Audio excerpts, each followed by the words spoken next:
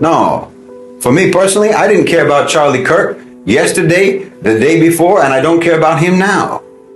I don't mourn and I don't celebrate. That's strategic indifference. And I don't respect anyone who tries to tell me that I'm supposed to grieve.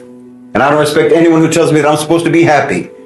What is he to me or me to him? He certainly isn't more important to me than the most likely hundreds of thousands of my brothers and sisters that you cut down in Gaza. You didn't mourn any of them, and I didn't tell you to, because I already know how you are. I already know that your performance of mourning over Charlie Kirk has nothing whatsoever to do with respect for human life. He was just a vessel for an ideology that you hold sacred. And it's an ideology that dehumanizes people. It's an ideology that disregards the sanctity of life. And we've seen that on full display for the last 2 years. So no, obviously not.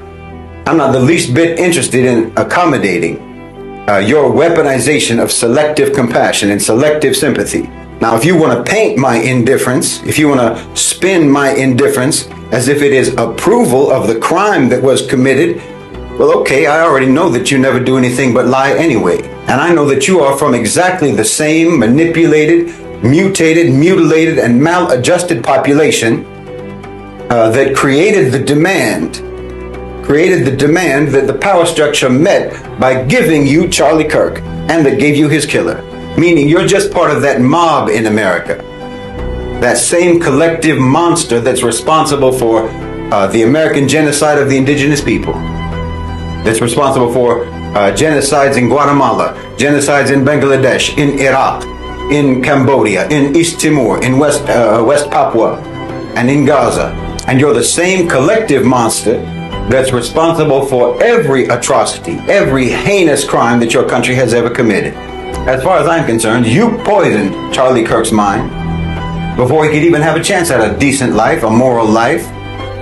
And you poisoned the mind of the one who took the life that Charlie Kirk had. So spare me your counterfeit moralizing. No, you turned your country into a psychological and a spiritual torture chamber.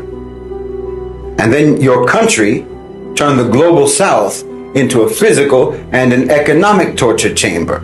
And now that system, that same system that you're serving, is turning inwards on you now. I told you that political violence, division, and terrorism, and civil unrest, and turmoil, I told you all this was going to be coming home. Why? Because that's your business model. That's your business model. And you're the only market left to vanquish.